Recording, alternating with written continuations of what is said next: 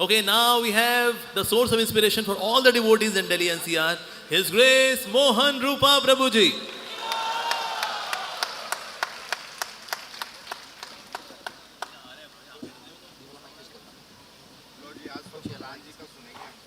हरे हरे कृष्ण। भैया माइक वाइक सेट कर लो, लंबा बोलना है आपको। ये माइक थोड़ा ऊपर करो। बस हो गया। नमो विश्वपदाय कृष्णपृष्ठाय भूतले श्रीमते गोपाल कृष्ण गोस्वामी नामने प्रभुपाद से साहित्यम यह प्रकाशवती ऋच प्रचारदान साधु भगवत्पादाय ते नमः। तो आज हमारे गुरुदेव का आविर्भाव दिवस श्री व्यास पूजा हम लोग मना रहे हैं और बड़ी खुशी की बात है कि जिस प्रकार हम लोग हर वर्ष प्रत्येक वर्ष बड़े हर्षोल्लास से उस उत्सव को मनाते थे, इस वर्ष भी हम लोग बहुत ही उत्साह से ये उत्सव मना रहे हैं। और हमने देखा कि आज बहुत सारे वरिष्ठ भक्त आए दिल्ली से और दिल्ली के बाहर से भी इस उत्सव को सफल बनाने के लिए। इससे पता चलता है कि हमारे दिलों में, हमारे मन में, हमारे हृदय में अभी भी हमारे गुरु महाराज वैसे ही विराजमान हैं जैसे कि पहले थे। क्योंकि भक्त जानते हैं कि गुरु भले ही वपु रूप में चले गए हों, लेकिन उनकी वाणी हमारे साथ है और जब तक वाणी हमारे साथ है हमसे गुरु कभी अलग नहीं हो सकते हैं, ये बात निश्चित है। वाणी का बड़ा महत्व है और इसलिए नरोत्तम दास ठाकुर भी बोलते हैं, लिखा है उन्होंने, गुरु मुखा पद्मा वाक्य चिते ते कोरिया किया आरो न कोरिया मने आशा। हमारे गुरु महाराज एक अद्भुत व्यक्ति थे और जो उन्होंने कार्य किया है वो तो अद्भुत है ही, लेकिन जब उनके गुणों की चर्चा की जाएगी तो हमारे गुरु महाराज जो हैं गुणों के खान हैं, ट्रेशर हाउस, गुणों का भंडार जिसको कहते हैं। इतने गुण हैं कि बस जो शास्त्रों में 26 गुण लिखे हैं वो भी बहुत कम दिखाई पड़ते हैं, बल्कि उससे अधिक हैं। और सबसे महत्वपूर्ण बात है, इतनी बड़ी व्यवस्था को चलाते हुए, व्यवस्थापन को बनाए रखने के लिए इतनी मेहनत करने के बावजूद भी, उसके बावजूद भी कभी भी महाराज ने अपनी वैष्णवता को, वैष्णव सदाचार को, वैष्णव मर्यादा का कभी उल्लंघन नहीं किया। और जो भी उनकी व्यवस्था थी, जो भी उनका मैनेजमेंट था इस्कॉन में, वो बिल्कुल टोटली स्पिरिचुअल था। उसमें किसी प्रकार का कोई भौतिक मिश्रण नहीं था, ना कर्म का मिश्रण था, ना कर्म ज्ञान का मिश्रण था। वो बिल्कुल शुद्ध था। जैसे कि राधा कृष्ण की लीलाओं में उनके लीला विलास के लिए जो व्यवस्था करती हैं गोपियाँ, वो पूर्ण रूप से कृष्ण भावना भावित होती है, आध्यात्मिक होती है, चिन्मय होती है। उसी तरह से हमारे गुरु महाराज जो इस संस्था को चलाए हैं, व्यवस्था की है श्रील प्रभुपाद जी की प्रसन्नता के लिए, बिल्कुल वैसे ही है जिस तरह से गोपियों ने किया है। यानी कि हमारे गुरु महाराज की व्यवस्था जो है, जो व्यवस्था वो करते थे, व्यवस्थापन में लगे रहते थे, वो बिल्कुल शुद्ध था, बिल्कुल कृष्ण भावना भावित था। इसलिए उन्होंने ये जरूर ध्यान दिया कि संस्था का मतलब है संस्था के भक्त। इसलिए महाराज बहुत चिंतित होते थे एक एक भक्त के बारे में, क्योंकि उनको पता था हमारी जो इस्कॉन संस्था है वो केवल एक स्ट्रक्चर नहीं है, केवल एक फॉर्म नहीं है, केवल एक रूप नहीं है, उसमें सब्सटेंस है। और वो सब्सटेंस क्या है? हमारे भक्त हैं, ये भक्त समाज है। इसलिए प्रत्येक भक्त का ध्यान रखना, उनके बारे में पूछना, उनके बारे में जानना और उनकी मदद करना, हर दृष्टि से उनके पर दया दिखाए रखना, ये महाराज का बहुत बड़ा गुण था। और इसी कारण से क्या है, ऐसा लगता था कि हमें संरक्षण की कोई आवश्यकता नहीं, भारी संरक्षण की कोई आवश्यकता नहीं है। हमारे साथ हमारे पिता हैं जो हमें सदैव हमारा ध्यान रखते हैं, सदैव चिंतित रहते हैं कि हम कृष्ण भावना भावित बने रहें। तो महाराज ने हमेशा जो है ये दया का भाव दिखाया है। आज मैं सुन रहा था श्रील राधा गोविंद महाराज के प्रवचन में कि किस तरह से भगवान कृष्ण कितने दयालु हैं कि अगासुर का वध किया और उसको भगवान के धाम में भेज दिया, यानी अपने धाम में भेज दिया। पूतना का वध किया, अपने धाम में भेज दिया। भगवान कृष्ण जब स्वयं वध करते हैं तो सीधा एंट्री हो जाती है गोलोक धाम में, गोलोक वृंदावन में। तो ये दया भगवान की दया है। भगवान श्री कृष्ण की जो दया है वो बड़ी विशेष है, जो किसी अन्य अवतार में नहीं पाई जाती है। भगवान कृष्ण जब स्वयं वध करते हैं वो ऐसी दया होती है कि राक्षसों को भी वो भगवान अपने गोलोक धाम में अपना नित्य परिकर बना लेते हैं। ये उनकी दया है। इसी तरह से हमारे गुरु महाराज भी हैं, जो उसी श्याम सुंदर वृंदावन चंद्र के प्रतिनिधि हैं, जिनकी दया दृष्टि जब होती है, जो हमसे जैसे राक्षस प्रवृत्ति के जो लोग हैं, कली काल में जो पतित लोग हैं, उनके ऊपर जो कृपा दृष्टि होती है हमारे गुरु महाराज जैसे वैष्णवों की, तो निश्चित है भगवान के चरणों में हमें स्थान मिलता है। उसी प्रकार की दया हम देखते हैं, उसी प्रकार की दया देखते हैं हम लोग। उतना ही बड़ा उदार दिल है हमारे गुरु महाराज का कि एक एक पतित से पतित व्यक्ति को भगवान की सेवा में लगाया रखा, किसी को त्यागा नहीं, किसी को रिजेक्ट नहीं किया महाराज ने पूरे जीवन भर। किसी को ये नहीं कहा कि तुम ये आंदोलन छोड़ के चले जाओ, कभी ये नहीं बोला महाराज ने। हमने देखा, अपने आंखों से देखा है। और सौभाग्य की बात है कि गुरु महाराज ने श्री श्री राधा पार्थसारथी मंदिर में सबसे अधिक समय बिताया, इसलिए हमने देखा महाराज को किस तरह से एक एक भक्त के साथ उन्होंने डील किया है कि कोई कितना भी गिरा क्यों ना हो, कितने भी नियम तोड़ा क्यों ना हो, उसको गुरु महाराज ऐसे माफ करते थे जैसे कि कभी नियम तोड़ा ही ना हो उसने। इतनी दया थी उनके अंदर, इतनी दया थी, क्योंकि वो जानते थे अगर मैंने इसको त्याग दिया तो ये कहीं का नहीं रहेगा, और मैंने इसको अपना के रखा, इसको सेवा में लगाए रखा, आज नहीं तो कल ये सुधरने की कोशिश करेगा। ये उनके हृदय में दया थी। और ये बात हम देखते हैं ठाकुर भक्तिविनोद के जीवन में भी, जिन्होंने चैतन्य शिक्षामृत में लिखा है। क्या लिखा उन्होंने? उन्होंने लिखा है कि अपराधी को दंड करना, अपराधी को दंड देना जो है ये सिद्धांत है। सुनिए बड़े ध्यान से, अपराधी को दंड देना ये सिद्धांत है, लेकिन इससे भी बड़ा एक सिद्धांत है उस अपराधी को क्षमा करना। ये श्रील भक्तिविनोद ठाकुर ने लिखा है। फिर उन्होंने चैतन्य शिक्षा में 3 उदाहरण दिए हैं। एक उदाहरण दिया नामाचार्य हरिदास ठाकुर का, जिनको 22 बाजारों में कोड़ों से पीटा जल्लादों ने, हरिदास ठाकुर ने उनको क्षमा कर दिया। उन्होंने कहा आप चिंता मत करो, मैं ही गंगा जी में कूद जाता हूँ, मैं कूद कर मर जाता हूँ, और जो काजी है आपको नहीं तो जिंदा नहीं छोड़ेगा। मैं नहीं चाहता हूँ कि आपकी जो पत्नी है विधवा हो जाए। देखिए क्या दया थी नामाचार्य हरिदास ठाकुर ने, जो है स्वयं अपने को गंगा जी में डाल दिया। ईसा मसीह का उदाहरण दे रहे हैं। ईसा मसीह को सूली में चढ़ाया जा रहा है और वो कह रहे हैं हे पिता परमेश्वर, ये नहीं जानते ये क्या कर रहे हैं, आपसे ये प्रार्थना इन्हें क्षमा कर दीजिए। उनको सूली में चढ़ाया जा रहा है, कील से ठोका जा रहा है सूली पर, फिर भी वो कह रहे हैं कि इनको क्षमा कर दीजिए। इसको कहते हैं दया, इसको कहते हैं कंपैशन। प्रहलाद महाराज के बारे में बता रहे हैं। प्रहलाद महाराज भगवान नरसिंह देव से प्रार्थना कर रहे हैं, हे भगवान आप कह रहे हैं कि वरदान मांगिए, वरदान मांगिए। अगर आप वरदान देना ही चाहते हैं तो मेरे पिता हिरण्यकशिपु को आप क्षमा कर दीजिए।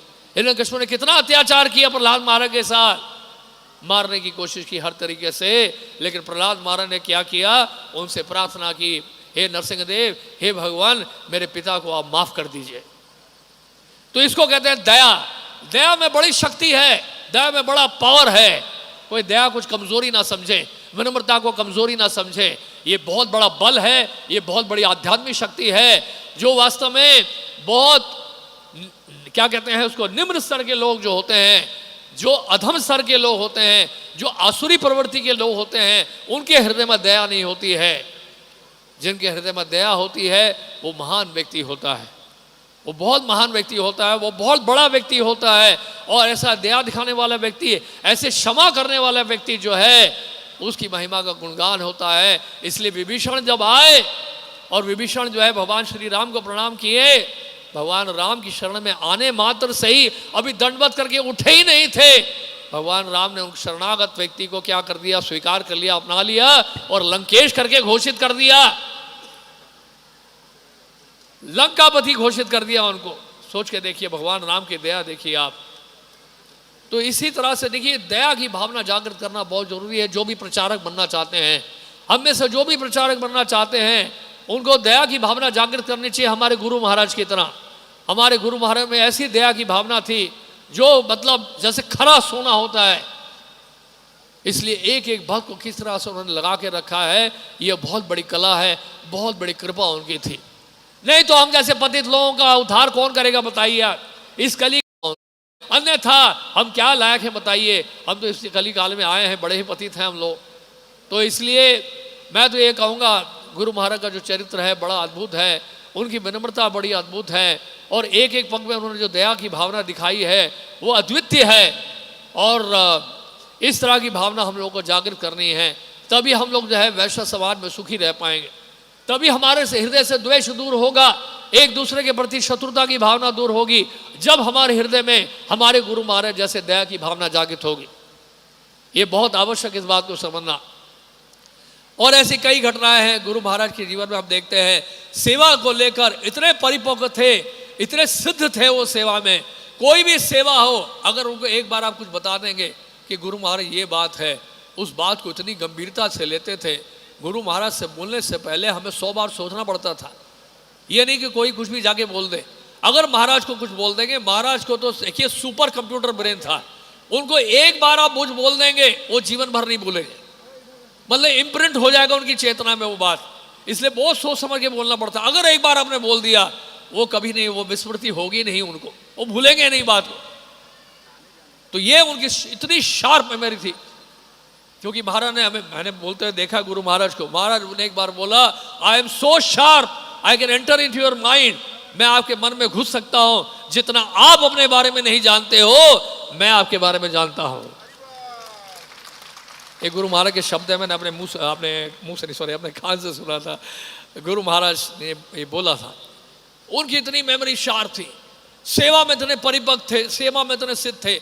जगन्नाथ जी की रथ यात्रा जब होती थी दिल्ली की रथ यात्रा में, अच्छा महाराज का ऐसा सेवा का भाव था, जगन्नाथ जी की रथ यात्रा में जाएंगे, रथ जब शुरू होगा, शुरू होने से पहले पहुंच जाएंगे, और जब तक रथ यात्रा पूरी तरह से समाप्त नहीं हो जाएगी, जगन्नाथ जी जब तक गाड़ी में बैठ नहीं जाएंगे वापस मंदिर जाने के लिए, तब तक वहां से हटेंगे नहीं, हिलेंगे नहीं। और यही नहीं, सुनिए बड़े ध्यान से, वो खुद तो लगे रहेंगे, दूसरों को भी लगा के रखते थे।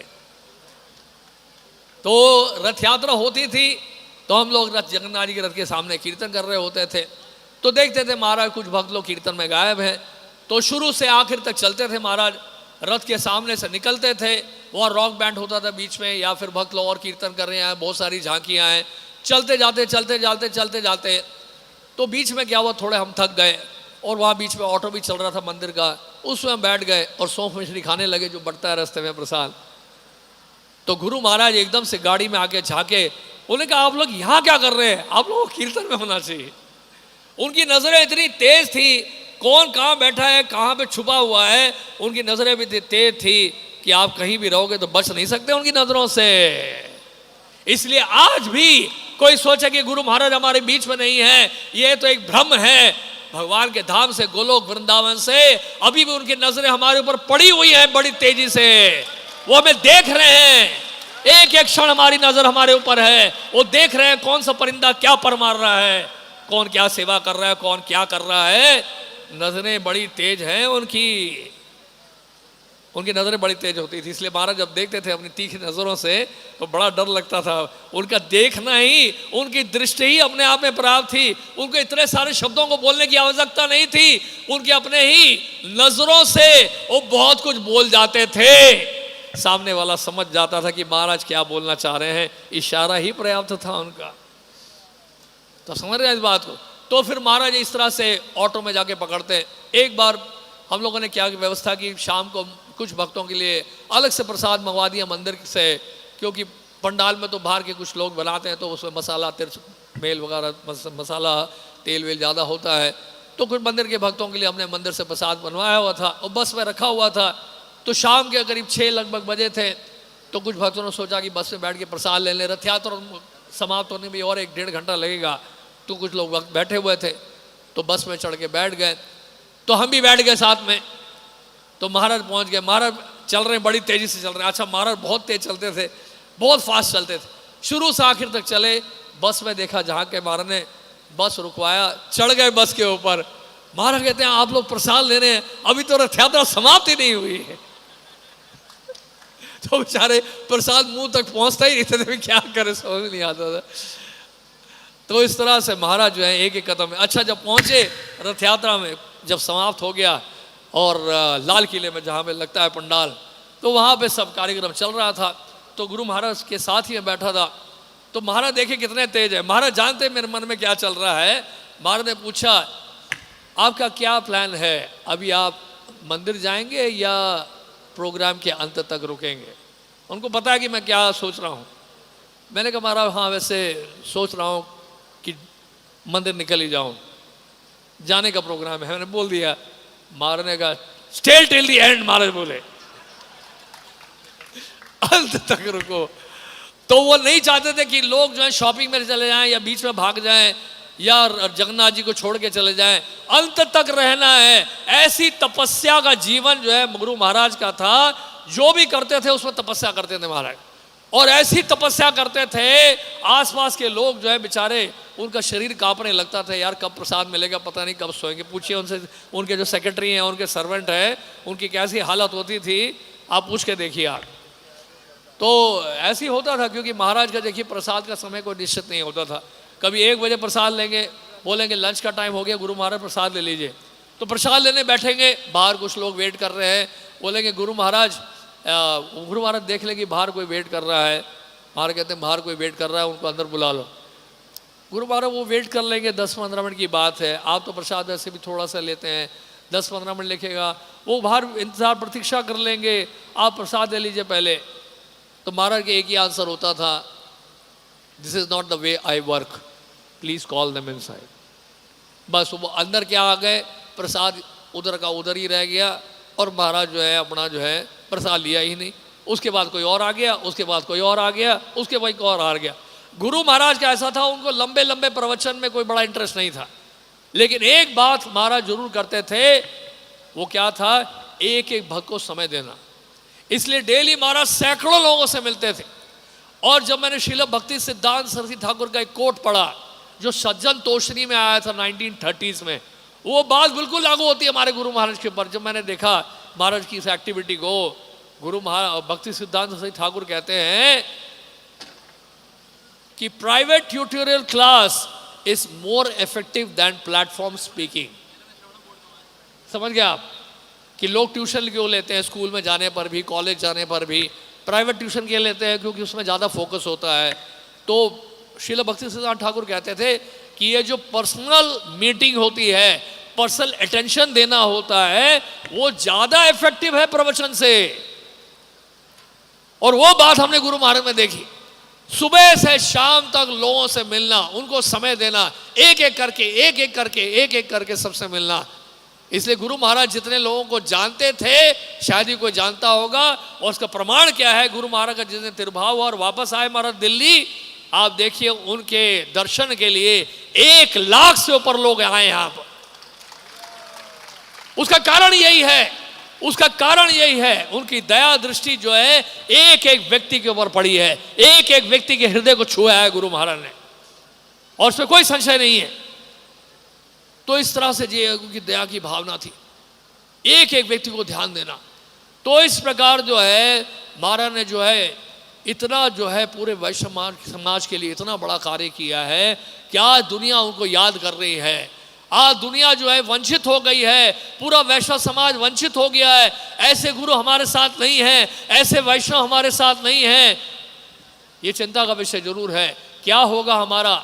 ऐसा लगता है कि सर हमारा खाली हो गया, सर का जो छत है वो छत ही हट गया, और छत हटने पर बड़ा खतरा होता है, बरसात भी हो सकती है, तेज धूप भी लग सकती है, खतरा बहुत है। छत होना बहुत जरूरी है। वो छत हमारे गुरु महाराज है, वो संरक्षण वो गुरु महाराज हमारे हैं। जब तक उनकी छत्र छाया बनी रहेगी हमारे सर पर, तब तक हम सुरक्षित रहेंगे। नहीं तो लावारिस की तरह, अनाथ की तरह हम लोग दर दर भटकते रहेंगे। कोई पूछेगा नहीं हमें, कोई नहीं पूछेगा हमें। इसलिए हम सब भक्तों को बड़ा सावधान रहना है। गुरु महाराज ने जो आज्ञा हमें दी है, उनकी जो वाणी है, उसको शिरोधार करते हुए, उसको हृदय में के अंतःकरण में उतारते हुए, एक से एक शब्द का स्मरण करते हुए हमें क्या करना है, उनके साथ उनकी आज्ञा का पालन करते हुए हमें इस आध्यात्मिक जीवन को बिताना है, तभी हम लोग सुरक्षित रह पाएंगे। अन्यथा और कोई रास्ता नहीं है, और कोई उपाय नहीं है, और कोई उपाय नहीं है, और कोई उपाय नहीं है। एक घटना मैं और बताना चाहता हूं। देखिए, एक बार क्या हुआ था, एक बड़ा महंगा शॉल आया था मेरे पास, किसी ने गिफ्ट किया था। तो मैं सोच रहा था यार इतना महंगा शॉल क्या करूंगा मैंने सोचा गुरु महाराज को जाके देते हैं, महाराज को शायद अच्छा लगे। मैं देख ही रहा था उस शॉल को, एक भक्त आया, उनका सर्वेंट आया, उन्होंने कहा गुरु महाराज आपको बुला रहे हैं। बड़े ध्यान से सुनिए, असली घटना, झूठ नहीं बोलूंगा मैं। जब गुरु महाराज बुलाए रूम में, मैंने दंडवत किया। महाराज पता क्या पूछे, आपके पास कोई शॉल है क्या? मैंने कहा महाराज को मैंने बताया नहीं, शॉल अभी भी आया है। महाराज को कैसे पता चल गया? मैंने कहा हाँ महाराज शॉल है मेरे पास। महाराज कहते ले आओ। तो मैं लेकर गया, महाराज का शॉल देखा, ऐसा करो आप रख लो इसको। तो महाराज ने अपने हाथ से वापस कर दिया। मैंने कहा गुरु महाराज का प्रसाद है, तो मैंने ले लिया इसलिए। तो ऐसे बड़ी बड़ी अद्भुत घटनाएं गुरु महाराज के साथ होती रहती थी, और कहने के लिए बहुत कुछ है। और मैं इतना लंबा नहीं बोलना चाहता हूँ कि बाकी लोगों को लगे कि सारा समय इन्होंने खा लिया है, और जो है फिर हमारा जो है पेट खाली रह गया। हरे कृष्ण। आप सबका बहुत बहुत धन्यवाद। श्रील गुरुदेव की, श्रील भगवत पाद की जय। His Grace Mohan Rupa Prabhu ji की जय। तो Hare Krishna, Krishna Krishna